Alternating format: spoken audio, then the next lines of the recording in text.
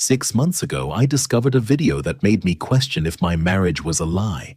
My name is Ethan Carter, and back then, I thought I had the perfect life with Rachel.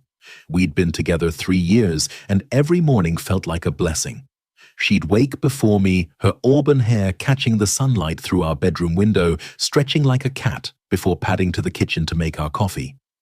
Those quiet moments before the world demanded our attention had always felt sacred. Rachel was everything I'd ever wanted in a partner. As a freelance graphic designer, she had this creative energy that filled our suburban home with life. Her laptop was always surrounded by color swatches and sketches, and she'd get so absorbed in her projects that I'd have to remind her to eat. I loved that about her. Her passion, her drive, the way she could transform a blank canvas into something beautiful. We'd talk for hours about our future. Kids, maybe 2, a bigger house with a proper studio for her work, vacations to places we'd pin on our kitchen world map. Rachel would curl up against my chest on our grey sectional tracing patterns on my shirt while we planned our someday life. "I love us," she'd whisper.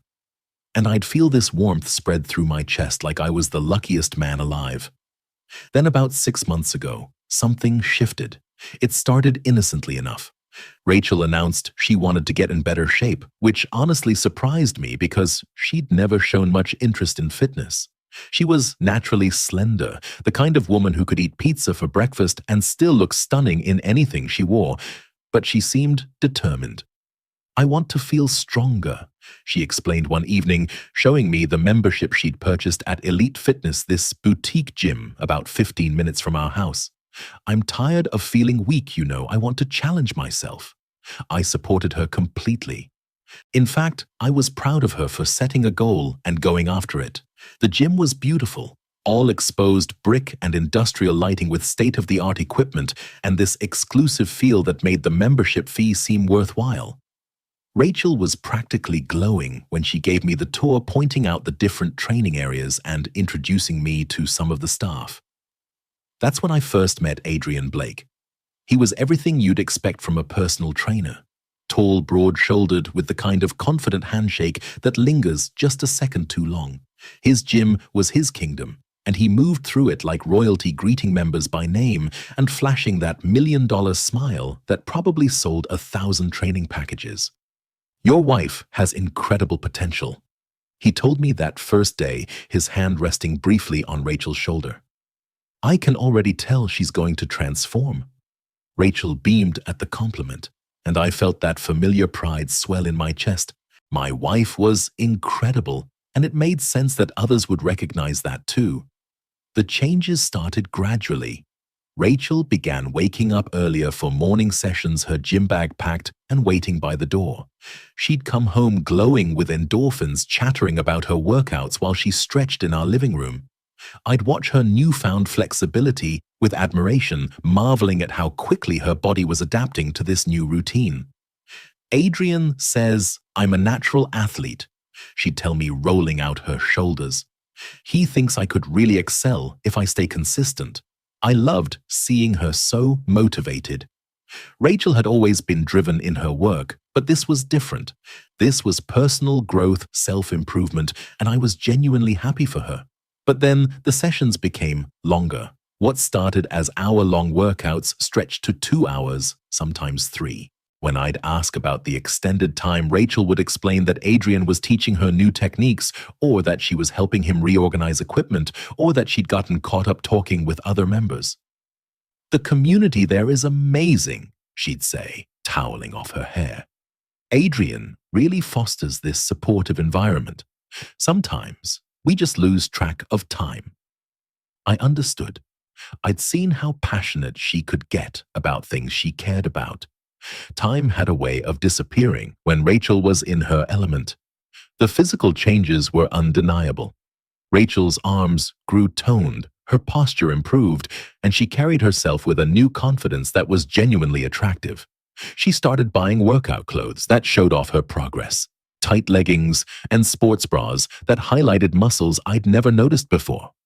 When we'd go out to dinner, I'd catch other men looking at her, and I felt that same pride mixed with just a hint of possessiveness. But something else was changing too, something I couldn't quite put my finger on. Rachel became protective of her phone in a way she'd never been before.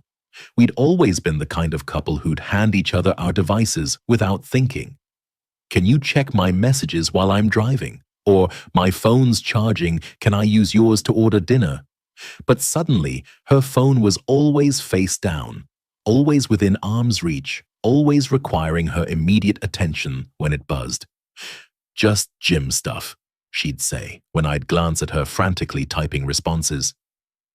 Adrian sends workout plans and nutrition tips to all his clients. The explanations made sense. Everything made sense when Rachel explained it. She had this way of speaking that was so confident, so reasonable, that questioning her felt like questioning gravity. Our conversations started shifting too. Where we used to talk about our shared future, Rachel increasingly talked about her individual journey, her goals, her progress, her transformation. Adrian's name peppered every story like seasoning. Adrian said this, Adrian recommended that, Adrian thought she should try something new. He's really invested in my success. She'd explain when I'd joke about her trainer getting a lot of airtime. Good trainers become mentors, not just instructors. I wanted to be supportive. I wanted to be the husband who celebrated his wife's independence and personal growth. But late at night when Rachel was in the shower, washing off her workout, I'd lie in our bed and feel this strange hollowness in my chest, like something precious was slipping away and I couldn't figure out how to hold on to it. The woman I'd fallen in love with was still there. She still made our coffee in the morning, still curled up against me while we watched Netflix, still kissed me goodbye before leaving for her sessions. But there was a distance now, a distraction that hadn't existed before. Like part of her mind was somewhere else even when her body was right beside me. I told myself I was being paranoid. Rachel was growing, evolving, becoming the best version of herself. Wasn't that what marriage was supposed to support? Wasn't I supposed to be proud that my wife was pursuing something that made her happy? But as I watched her pack her gym bag for what felt like the 100th time that month, carefully selecting outfits that seemed more suited for a photo shoot than a workout, I couldn't shake the feeling that we were standing on the edge of something that would change everything. I just didn't know yet how right I was or how much I was about to lose before I found the strength to fight back. The first real crack in my trust came on a Tuesday evening in November. Rachel was in the shower after her extended training session, and her phone, which she'd left charging on our kitchen counter, lit up with a text message. The preview showed just enough to make my stomach drop. Can't wait to see you again tomorrow. Today was... The message was from Adrian. I stared at that phone like it was a bomb about to explode. In 3 years of marriage, I'd never felt the urge to read Rachel's private messages. We'd built our relationship on trust, on the assumption that we were each other's priority, each other's safe space. But standing there in our kitchen, listening to the shower run upstairs, I felt that trust crack like ice under pressure. When Rachel came downstairs, hair damp and skin flushed from the hot water, I almost asked her about the message. The words were right there on my tongue, but she looked so beautiful, so relaxed, and the rational part of my brain insisted I was overreacting. Personal trainers probably sent encouraging messages to all their clients. It was part of the service part of building motivation and accountability. Good workout? I asked instead, hating how forced my casual tone sounded. Amazing, she said, kissing my cheek as she reached for her phone. I watched her face as she read Adrian's message, looking for any sign of guilt or excitement that would confirm my growing fears. But Rachel's expression remained neutral as she typed back a quick response. Adrian's really pushing me to my limits, she said, not looking up from her phone. I'm getting stronger every day. I wanted to ask what that meant, wanted to demand details about these limits and this strength that required so much of her time and attention. Instead, I nodded and suggested we order Thai food for dinner, desperate to reclaim some normalcy in our evening routine. But the seed of doubt had been planted, and over the following weeks, it grew into something I couldn't ignore. Rachel's phone became like a third person in our relationship. It demanded constant attention, buzzing with messages that made her face light up in ways I hadn't seen in months. She'd developed this habit of stepping away to take calls, moving to our bedroom or out to the back patio, where I couldn't overhear the conversation. Just coordinating schedules, she'd explain when I'd ask about the frequent interruptions. Adrian's trying to fit me into some advanced sessions with other serious clients. The explanations always sounded reasonable. Rachel had this talent for making everything sound perfectly logical, perfectly innocent. But my marketing background had trained me to notice patterns, to read between the lines, and the pattern I was seeing made my chest tight with anxiety. The gym sessions grew even longer. What had started as 3-hour commitments became 4-hour disappearances. Rachel would leave after lunch and not return until evening, arriving home with that same post-workout glow, but also with stories that didn't quite add up. "We tried this new resistance training today," she'd tell me. But when I'd ask specifics, her answers were vague. "It's complicated to explain. You'd have to see it to understand." Or, "Adrian introduced me to some of his other clients. We're thinking about forming a support group for people serious about transformation." I started paying attention to details I'd previously overlooked. Rachel's workout clothes were always perfectly clean when she'd return, despite the intense sessions she described. Her makeup, which she'd started applying before gym visits, never seemed smudged or sweated off. Her hair would be styled differently than when she'd left, as if she'd spent time fixing it during her workout. The most troubling change was in our physical relationship. Rachel had always been affectionate, the kind of woman who'd reach for my hand while we walked or curl up against me during movies. But now she seemed distracted during our intimate moments, like her mind was somewhere else entirely. She'd go through the motions, but the connection that had always made our physical relationship special was fading. "Is everything okay?" I asked one night after what felt like obligatory rather than passionate lovemaking. "I'm just tired," she said, rolling away from me. "These workouts are really taking it out of me." I lay there in the dark, listening to her breathing even out as she fell asleep, and wondered when I'd started feeling like a stranger in my own marriage. The breaking point came during Thanksgiving week. Rachel announced that Adrian was offering special holiday training packages and she wanted to take advantage of the opportunity.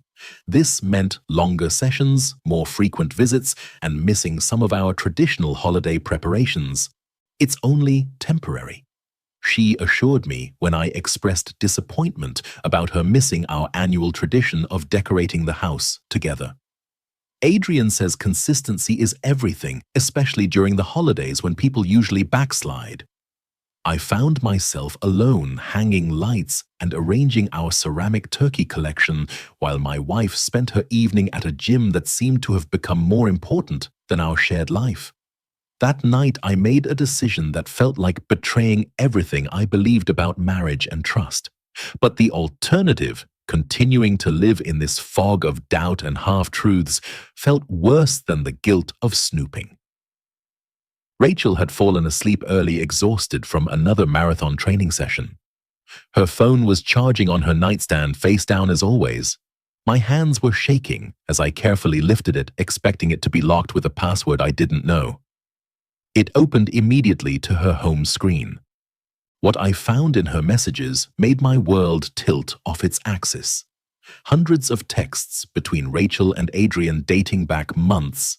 Messages that started professional and encouraging, but had gradually become something else entirely. Messages that made it clear this had moved far beyond personal training. "Missing you already," read one from Adrian, sent just hours after Rachel had returned home from the gym. Rachel's response, "Tonight felt like a dream. I can't stop thinking about your hands on me." I scrolled through weeks of conversations, each message feeling like a physical blow. They weren't just having an affair. They were planning it, savoring it, building an entire secret relationship that existed parallel to my marriage. "Ethan's working late again tomorrow," Rachel had texted just the day before. "We'll have extra time." Adrian's response was immediate. "Perfect. I have some new techniques I want to show you. My wife had been using my work schedule to plan betrayals. She'd been lying to my face every single day, coming home from another man's arms and kissing me hello like nothing had changed. I set the phone back exactly where I'd found it and walked to our guest bathroom, where I threw up until there was nothing left in my stomach. When I looked at myself in the mirror, I didn't recognize the man staring back. The trust that had been the foundation of my adult life was gone, shattered by pixels on a screen that proved everything I'd feared and more. But along with the devastation came something else: clarity. The doubt that had been eating at me for months was replaced by cold, hard certainty. I knew exactly what was happening, and now I had to decide what I was going to do about it.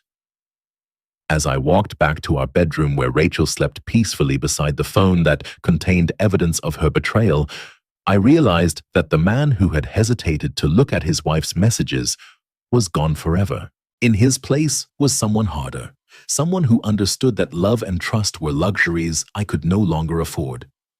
The war for my dignity was about to begin, and I was done fighting with one hand tied behind my back.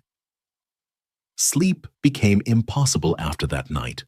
I'd lie beside Rachel, listening to her breathe, knowing that in a few hours she'd wake up and kiss me goodbye before going to meet her lover. The woman I'd pledged my life to was living a double existence, and I was nothing more than the convenient husband who provided stability while she explored passion elsewhere. But knowledge, I was learning, could be a weapon if you knew how to use it. I started my investigation the next morning after Rachel left for what she called an early strength training session. My marketing job had taught me about research, about building comprehensive pictures from scattered data points, and I applied those skills to my marriage with the methodical precision of someone who had nothing left to lose. First, I needed to understand the scope of the betrayal. Using our shared laptop, I accessed our cell phone account and downloaded months of call and text records. The pattern was devastating in its clarity. While Rachel's communication with me had decreased to functional exchanges about schedules and household tasks, her contact with Adrian had exploded. Some days featured over 50 messages between them, often continuing late into the night after she'd told me she was going to bed early. The timing told its own story. The affair had started gradually, a few extra messages here and there, calls that lasted longer than professional courtesy would require. But around 2 months ago, something had shifted. The frequency doubled, then tripled. They weren't just having an affair, they were consumed with each other. I cross-referenced the communication patterns with Rachel's gym schedule and found discrepancies that made my chest burn with anger. Days when she claimed to have hour-long sessions showed 3-hour gaps in her location data. Times when she said the gym was closed for maintenance corresponded with peak texting activity between them.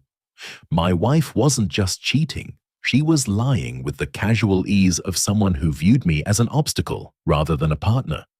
The hardest part was maintaining normalcy while gathering evidence. Rachel would come home glowing with post-sex satisfaction that I now recognized for what it was, and I'd have to smile and ask about her workout while knowing exactly what kind of exercise had left her looking so fulfilled. Adrian's really helping me discover parts of myself I never knew existed. She told me over dinner one evening, her eyes bright with the kind of excitement she used to reserve for our conversations about the future. "That's wonderful," I managed to say, cutting my steak with more force than necessary. "It's amazing what a good trainer can unlock." She reached across the table and squeezed my hand, and I had to resist the urge to pull away. "I'm so grateful you're supportive of this journey. Some husbands would be threatened by their wives becoming stronger and more independent." The irony was suffocating. She was framing her betrayal as empowerment, her lies as growth, her affair as some kind of feminist awakening that I should celebrate. The manipulation was so smooth, so practiced, that I wondered how long she'd been perfecting this particular skill. But I smiled and squeezed her hand back, playing the role of the supportive husband while planning my next move. I needed visual evidence, something undeniable that would make it impossible for Rachel to gaslight me with more explanations about personal growth and training techniques.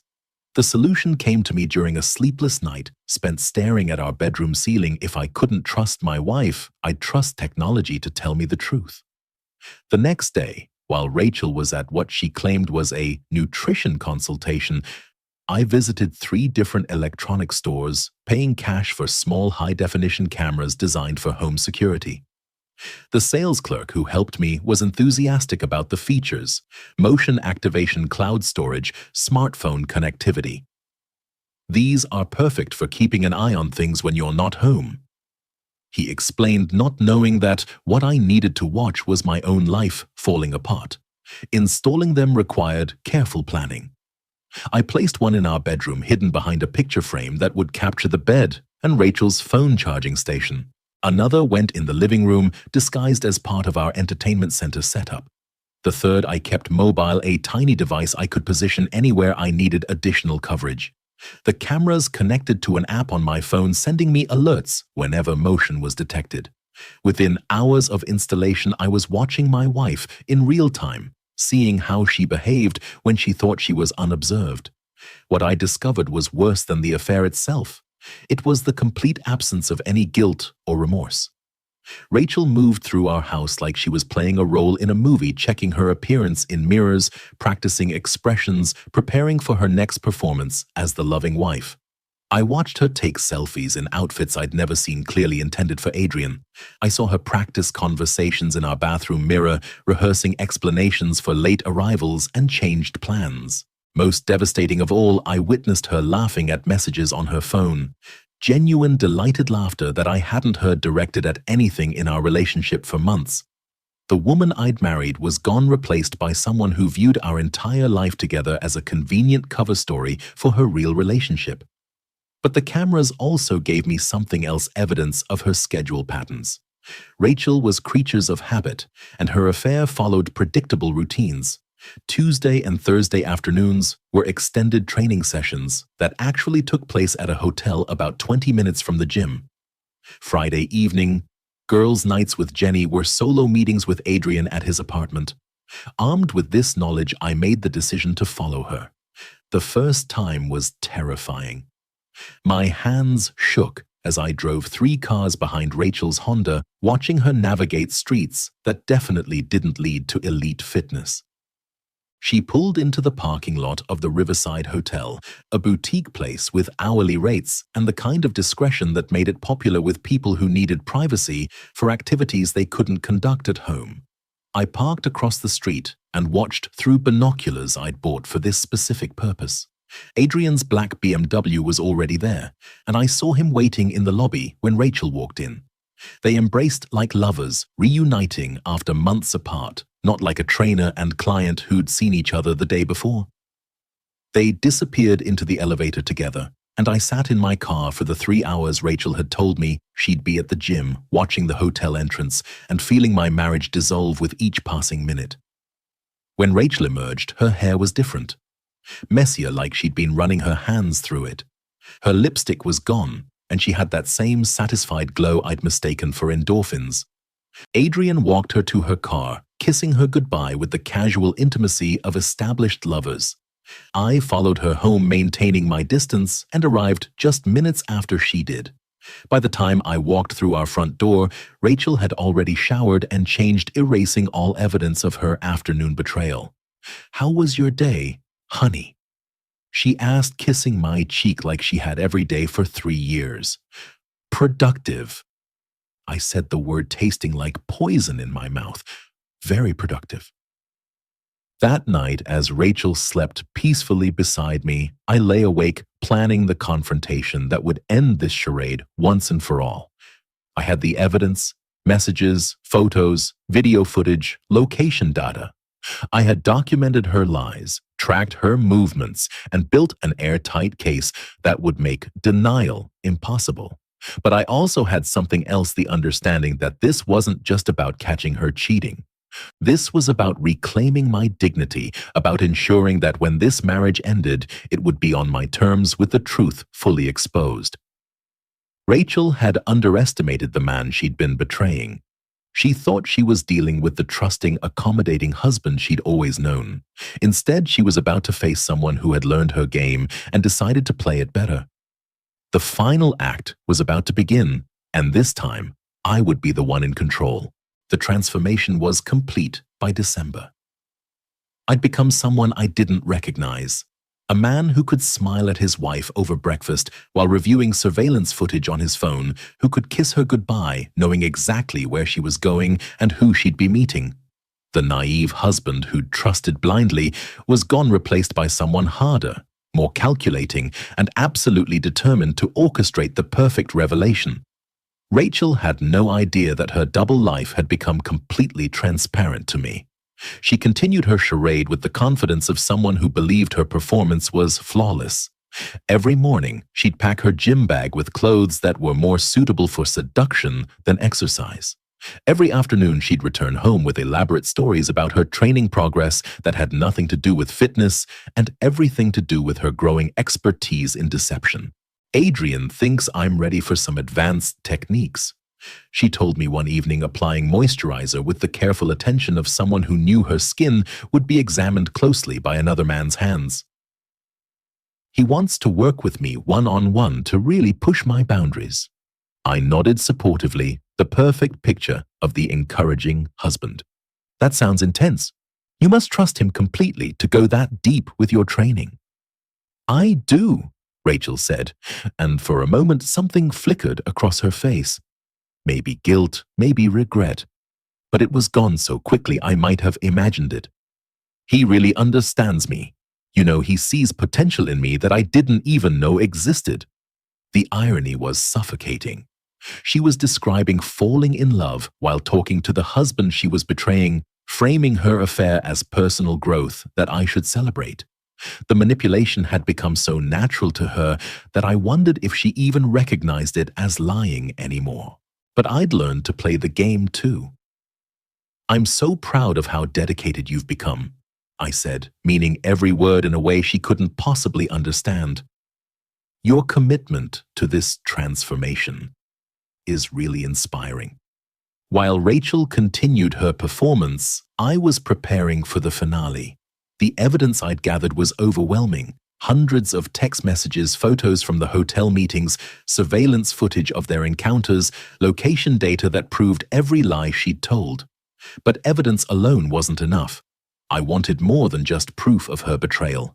I wanted her complete humiliation. The plan came to me during one of those sleepless nights when I'd lie beside her listening to her phone buzz with messages from Adrian that she'd respond to under our shared blanket. I wanted Rachel to experience the same shock, the same devastating realization that I'd felt when I first discovered their affair. I wanted her to understand that while she'd been playing games, I'd been playing chess. The key was video evidence. Everything else could be explained away, rationalized, minimized. Text messages could be misunderstood. Photos could be taken out of context. But video footage of Rachel in Adrian's arms in his bed declaring her love for him while mocking our marriage? That would be undeniable. I spent 2 weeks planning the operation with military precision. I studied their patterns, learned their routines, identified the perfect opportunity. Friday afternoons had become their regular rendezvous time at Adrian's apartment, a converted loft above the gym that he decorated like a bachelor pad designed for seduction. Getting inside required skills I'd never thought I'd need. YouTube tutorials on lock-picking online guides to surveillance equipment forums where private investigators shared techniques for gathering evidence in infidelity cases. I absorbed it all with the focused intensity of someone whose entire future depended on getting this right. The Friday I chose for the operation, Rachel kissed me goodbye with the casual affection of someone who'd never questioned whether her deceptions would be discovered. Jenny's having a tough time with her breakup. She said her lie as smooth as silk. I'm going to spend the evening with her, maybe stay over if she needs the support. You're such a good friend, I replied, watching her face for any crack in the facade. Jenny's lucky to have someone who cares so much. Rachel smiled, and for a moment I saw a flash of the woman I'd fallen in love with, Warm, genuine caring. But then she grabbed her overnight bag packed with lingerie I'd never seen, and the illusion shattered. I waited exactly 30 minutes after she left before beginning my own departure. I'd called in sick to work telling my boss I was dealing with a family emergency, which was technically the truth. I'd prepared alibis, established a timeline that would keep me clear of any legal complications, and rehearsed every step of what I was about to do. Adrian's apartment was, above elite fitness, accessible through a separate entrance in the alley behind the building. The lock was older than the sophisticated systems on the gym itself, and the skills I'd learned from my online research proved sufficient to gain entry. The apartment was exactly what I'd expected. Sleek, modern, designed to impress women who were looking for something their husbands couldn't provide. I had about an hour before Rachel and Adrian would arrive, time I used to position cameras in strategic locations throughout the space. I'd invested in the best equipment I could afford, devices small enough to be invisible, but powerful enough to capture high-definition video with crystal-clear audio. By the time I was finished, every angle of Adrian's seduction sanctuary was covered. Then I left, positioning myself in a coffee shop across the street where I could monitor the camera feeds through my phone while maintaining the perfect alibi. I ordered a large coffee, opened my laptop, and settled in to document the final destruction of my marriage. Rachel arrived first, using a key Adrian had obviously given her, another level of intimacy that made my jaw clench. She moved through his apartment with the familiarity of someone who'd spent considerable time there, adjusting pillows, lighting candles, preparing the scene for her lover's arrival. Adrian appeared 20 minutes later, and what followed was the most painful hour of my life. I watched my wife, the woman I'd pledged to love and honor, transform into someone I'd never seen before. Passionate, uninhibited, completely present in a way she hadn't been with me in months. But I also captured something else, the moment when their post-sex conversation turned to me. "He has no idea," Rachel said, laughing as she traced patterns on Adrian's chest. "Sometimes I think he's actually proud of how much time I spend here. He thinks I'm becoming some kind of fitness inspiration." "Poor bastard," Adrian replied, his voice carrying the casual cruelty of someone who viewed other people's pain as entertainment. "How much longer are you going to string him along? Until I figure out how to leave without losing everything," Rachel said, her voice cold with calculation. "Ethan's got a good income, and I'm not about to give up half our assets for a messy divorce. Better to wait until I can make it look like his fault." They spent another hour planning the destruction of my life, discussing how to manipulate me into a position where Rachel could leave with maximum financial benefit and minimum social consequences. They laughed about my trusting nature, mocked my dedication to our marriage, and treated my love like a joke they shared between them. By the time I left that coffee shop, I had everything I needed.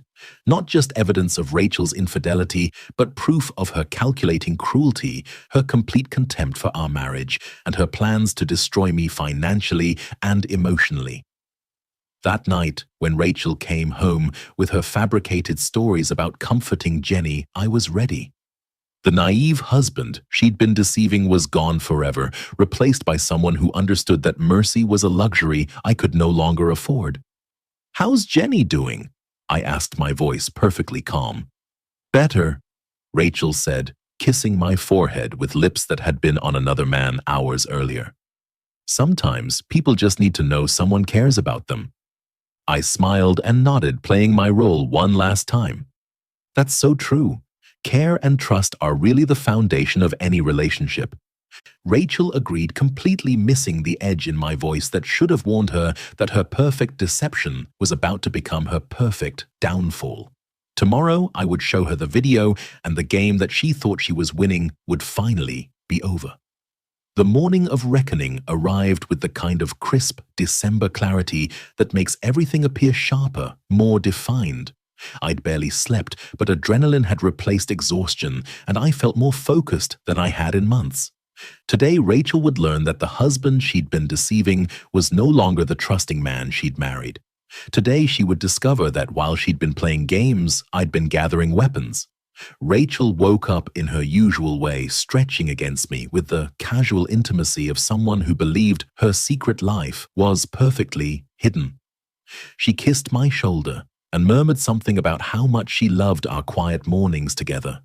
The performance was flawless, but I now understood it for what it was: a show designed to maintain the status quo while she planned my emotional and financial destruction. "Good morning, beautiful," I said, my voice carrying none of the rage that had been building for weeks. "Did you sleep well like a baby?" she said, padding to the bathroom with the satisfied exhaustion of someone who'd spent the previous evening in another man's bed. Jenny was so grateful for the support. Sometimes I think she takes our friendship for granted, but that's what real loyalty looks like, right? Even now, hours before her world would collapse, Rachel couldn't resist adding another lie to the tower of deception she'd built. She spoke about loyalty while betraying me, about friendship while using Jenny as an alibi, about gratitude while planning to destroy the man who'd given her 3 years of unwavering love. "Absolutely," I agreed, watching her brush her teeth in the mirror. "Loyalty is everything. Without it, relationships are just elaborate lies people tell themselves." Something in my tone must have registered because Rachel paused, toothbrush suspended halfway to her mouth. For a moment, she studied my reflection with the kind of careful attention she usually reserved for reading Adrian's messages. "Are you feeling okay?" she asked. "You seem different this morning." "Just thoughtful," I said, meeting her eyes in the mirror. "I've been doing a lot of reflecting lately about our relationship, about trust, about the kind of people we really are when we think no one is watching." The words hung in the air between us, loaded with meaning that only I understood. Rachel finished brushing her teeth, but I could see the wheels turning behind her eyes, some instinct warning her that something had shifted in the dynamic she'd controlled for so long. "That's heavy for a Saturday morning," she said, forcing a laugh. "What brought this on?" "Just some things I've learned recently," I said, my smile carrying all the warmth of winter. "About you, about us, about the difference between who we think we are and who we actually become when we're tested." I left the bathroom before she could respond, heading downstairs to prepare the stage for what was about to unfold. I'd spent the previous evening editing the surveillance footage into a comprehensive presentation, a greatest hits collection of Rachel's betrayal that would leave no room for denial, explanation, or manipulation. The video began with text messages, screenshots arranged chronologically to show the progression from professional trainer-client communication to explicit coordination of their affair. Then came the photographic evidence, images of Rachel entering and leaving hotels, embracing Adrian in parking lots, using keys to his apartment with the familiarity of someone who belonged there. But the centerpiece was the bedroom footage from Adrian's apartment, edited to capture not just their physical betrayal, but their emotional cruelty, their post-sex conversations about me, their laughter at my expense, their cold planning of my financial and emotional destruction. It was all there, preserved in high-definition clarity that would make denial impossible. I'd titled the presentation "The Real Rachel Carter, A Study in Deception," and loaded it onto our smart TV, ready to play at the touch of a button. Rachel came downstairs wearing one of my old college sweatshirts, her hair messy from sleep, looking like the woman I'd fallen in love with. For a moment, my resolve wavered.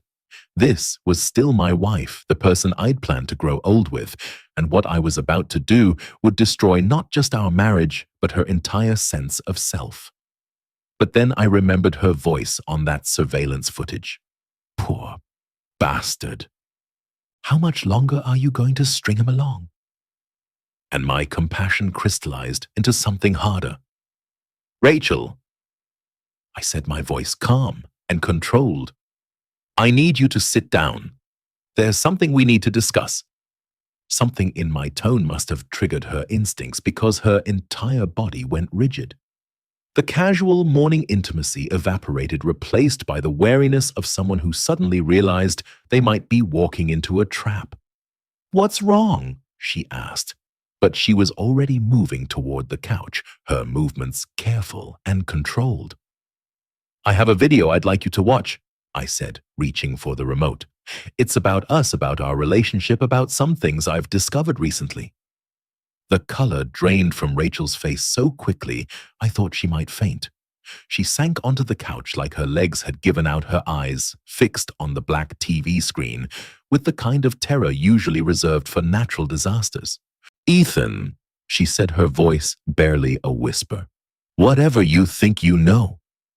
"I don't think anything anymore," I interrupted, my finger hovering over the play button.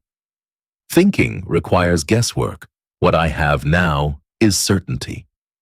I pressed play, and our living room filled with the evidence of Rachel's betrayal. She sat frozen as her text messages appeared on screen, watched her own words prove that everything she'd told me for months had been lies. When the hotel photographs began playing, she made a sound like a wounded animal, but I was far past the point where her pain could affect me. "Please," she whispered, reaching for the remote, but I held it beyond her reach. "No," I said firmly. "You're going to watch all of it. You're going to see exactly what your marriage looked like from the outside." The bedroom footage was the killing blow. Rachel's face went through a progression of emotions: denial, shock, recognition, and finally complete devastation. She watched herself laugh about deceiving me, heard herself plan my destruction, saw the casual cruelty with which she and Adrian had discussed my future. When her recorded voice said, "Poor bastard, he has no idea." Present-day Rachel buried her face in her hands and began to sob with the kind of raw, desperate grief that comes from watching your own character assassinate itself. The video ended, and our living room fell silent, except for the sound of Rachel's crying.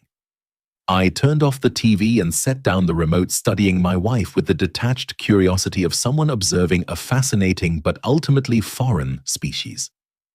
12 weeks, I said finally.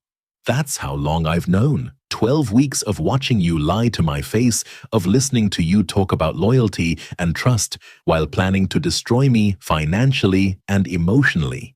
Rachel looked up at me, her face streaked with tears and mascara, her eyes wild with the panic of someone whose entire world had just collapsed. "I can explain," she started, but I cut her off with a laugh that had no humor in it. "With what more lies? More stories about personal growth and fitness transformations?" I shook my head. "I have 6 hours of surveillance footage, Rachel. I have hotel receipts, location data, photographs, and audio recordings of you planning my destruction. What exactly are you going to explain?" The fight went out of her all at once. Rachel crumpled into herself, her sobs becoming deeper, more primal, the sound of someone who just realized that the game they thought they were winning had been over for months. "I love you," she whispered, the words sounding ridiculous in the context of everything we'd just watched.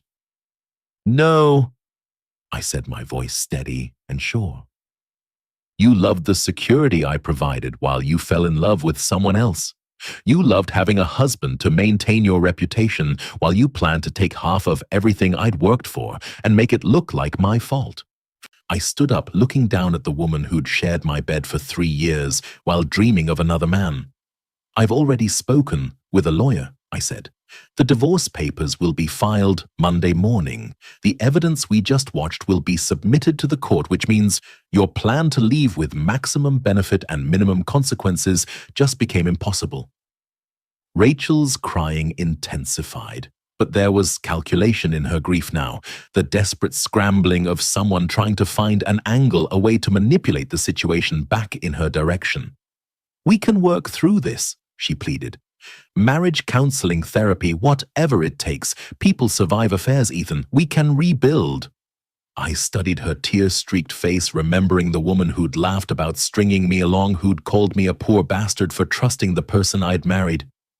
"No," I said simply. "We can't. Because the woman I married doesn't exist anymore. She was replaced by someone who views love as a weakness to exploit and marriage as a con game to master." I walked toward the door, then turned back for one final look at Rachel Carter, the woman who'd taught me that trust was a luxury I could no longer afford, that love without verification was just elaborate self-deception. "Your things need to be out by Monday," I said. "The locks will be changed Tuesday morning."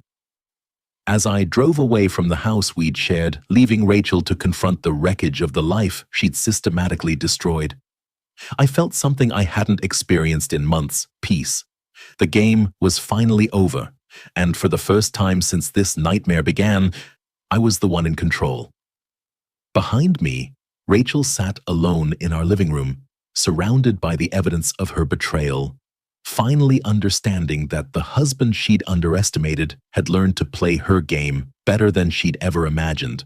The poor bastard was gone. In his place was someone harder, wiser, and absolutely determined never to be anyone's fool again.